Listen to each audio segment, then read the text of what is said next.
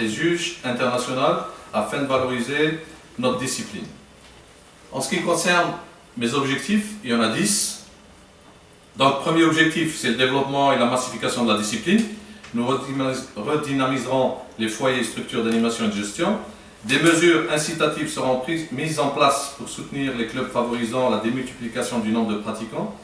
Nous encouragerons la pratique féminine de masse en soutenant directement les clubs ayant des ambitions pour la promotion du sport féminin.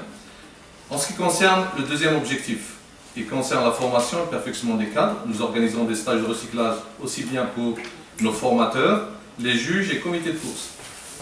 Bien évidemment, nous organiserons des stages de courte durée pour les éducateurs sportifs, premier, deuxième, troisième degré, pour répondre aux besoins d'encadrement exprimés par les clubs.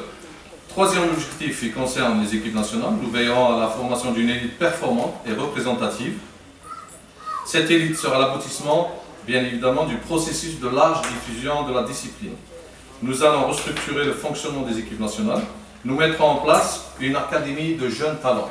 Donc c'est un projet que nous essaierons de mettre au niveau de plusieurs clubs qui se sont distingués par leurs résultats pour constituer un réservoir qui va alimenter l'équipe nationale. En ce qui concerne l'organisation des compétitions, nous mettrons en place un système de compétition nationale qui reposera sur 3 niveaux de pratique, niveau wilayal, niveau régional et bien évidemment niveau national. En ce qui concerne la communication et l'information, nous engagerons une communication offensive en direction des médias.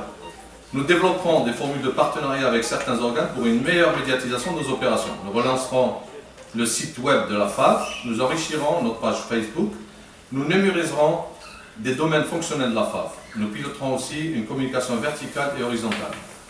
Sixième objectif, c'est l'intégration économique. Nous encourageons et inciterons les opérateurs économiques crédibles à investir dans le créneau nautique afin de répondre aux besoins des clubs en matériel de navigation de plus en plus pressant. Nous apporterons aux constructeurs nationaux l'assistance technique et l'expertise sollicitée. Nous développerons des formes de partenariat mutuellement avantageuses avec les producteurs de matériel. En ce qui concerne le septième objectif, c'est les bases infrastructurelles. L'École nationale de voile constituera le support logistique et technique prioritaire de la FAB au titre de son plan de développement. Les nouvelles bases nautiques seront labellisées Cap-Mer, centre d'animation et de promotion des sports de mer. Documentation et publication. Nous enrichirons le fonds documentaire de la FAB par l'acquisition de nouveaux ouvrages. Nous publierons des guides de travail des différents départements techniques.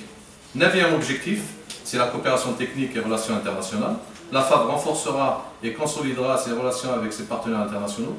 World Sailing constituera le partenaire privilégié en tant que vecteur de rapprochement favorisant des formes de coopération. Des conventions d'échange seront envisagées avec les pays d'intérêt commun. Dixième, dernier objectif, il concerne le fonctionnement des organes de la fédération. L'assise de chaque organe de la fédération sera renforcée en tant que structure de réflexion et d'action. Chaque membre sera considéré comme un outil de production et sera apprécié selon son rendement et sa capacité de mobilisation à s'acquitter de ses tâches. Le Collège technique national représente un espace d'échange, de confrontation d'idées dans les domaines techniques, production scientifique et pédagogique, méthodologie de l'entraînement. En conclusion, la FAB doit demeurer un cadre élargi de concertation et d'échange d'idées, stimulant l'esprit d'initiative et libérant les capacités créatrices. Elle restera ouverte sur toutes les compétences et bonnes volontés susceptibles de consolider et renforcer les actions initiées. Elle sera confortée dans sa rupture avec certaines visions régressives tendant à faire de la voile un domaine d'élection et de chasse gardée. Les cadres dirigeants et entraîneurs appelés à assurer des responsabilités au sein de la fédération seront appréciés en fonction de leur rendement et efficacité.